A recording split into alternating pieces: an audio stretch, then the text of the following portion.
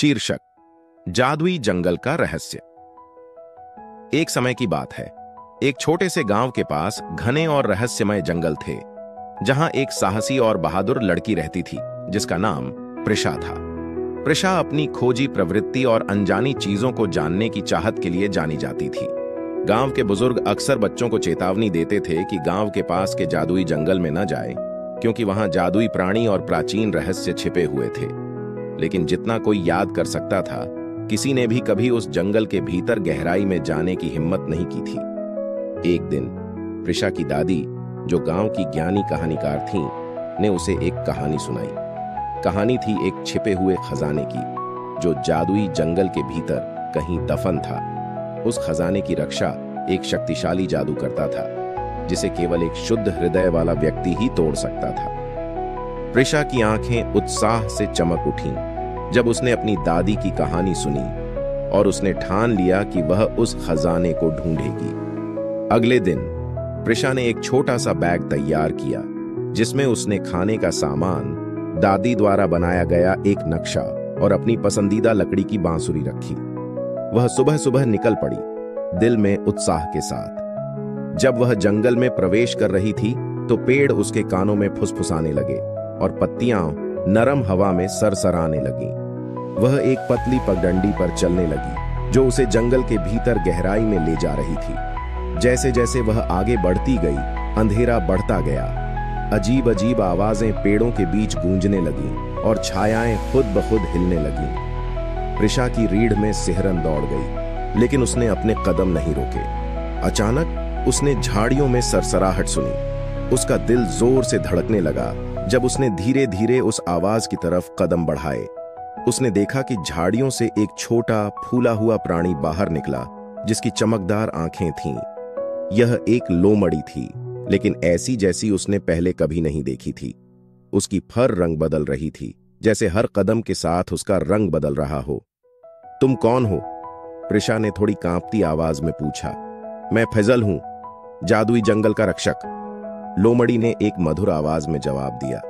तुम्हें वापस जाना होगा छोटी बच्ची, ये जंगल इंसानों के लिए नहीं है। लेकिन प्रिशा अडिग थी। कृपया फैजल, मुझे वह छिपा हुआ खजाना ढूंढने दो। मेरी दादी ने कहा कि केवल शुद्ध हृदय वाला ही उस जादू को तोड़ सकता है। मुझे कोशिश करने दो। फैजल ने उसे कुछ पल के लिए देखा, फिर धीरे धीरे सिर हिलाया। ठीक है, लेकिन सावधान रहो, यात्रा खतरों से भरी होगी। तुम्हें खजाने तक पहुंचने से पहले 3 परीक्षाएं पास करनी होंगी। इसके बाद फैजल ने प्रिशा को जंगल के भीतर और गहराई में ले चला।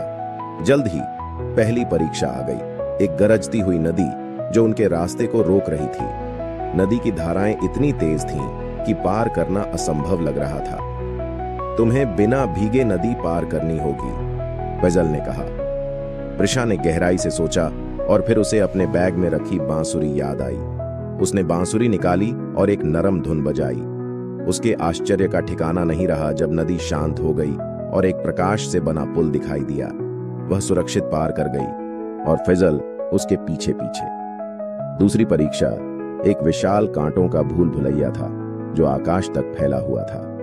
कांटे उनके अंदर प्रवेश करते ही और भी करीब आने लगे। केवल बहादुर ही इस रास्ते को ढूंढ सकता है, फैजल ने फुसफुसाया। प्रिशा ने गहरी सांस ली और भूल भुलैया को पार करने लगी। उसने अपनी प्रवृत्ति पर भरोसा किया, अपने दिल की सुनकर रास्ता चुना। ज्यादा देर नहीं लगी जब उसने बाहर निकलने का रास्ता पा लिया। कांटे उसके निकलने के लिए खुद ही हट गए। अंत में वे तीसरी और सबसे कठिन परीक्षा तक पहुंचे। उनके सामने एक विशाल वृक्ष खड़ा था, जिसकी तने में एक चेहरा उकेरा हुआ था। वृक्ष ने गूंजती हुई आवाज में कहा, तुम्हें यह पहेली हल करनी होगी। मैं बिना मुंह के बोलता हूं और बिना कान के सुनता हूं। मेरा शरीर नहीं है, पर मैं हवा के साथ जीवित हो जाता हूं। मैं कौन हूं? प्रिशा ने गहराई से सोचा। उसका मन तेजी से दौड़ने लगा। वृक्ष का चेहरा समय के साथ और गंभीर होता गया, लेकिन फिर प्रिशा की आंखें चमक उठीं। प्रतिध्वनि, उसने उत्साह से कहा। वृक्ष मुस्कुराया और उसकी शाखाएं हट गईं, जिससे एक छिपी हुई गुफा दिखाई दी। अंदर सुनहरी रोशनी से जगमगाता हुआ खजाना था, एक प्राचीन जवाहरात जड़ा हुआ मुकुट। तुमने बहुत अच्छा किया प्रिशा, फैजल ने गर्व से कहा। यह खजाना तुम्हारा है क्योंकि तुमने साबित कर दिया है कि तुम्हारा हृदय शुद्ध है। प्रिशा ने मुकुट उठाया, लेकिन जैसे ही उसने ऐसा किया, जंगल बदलने लगा।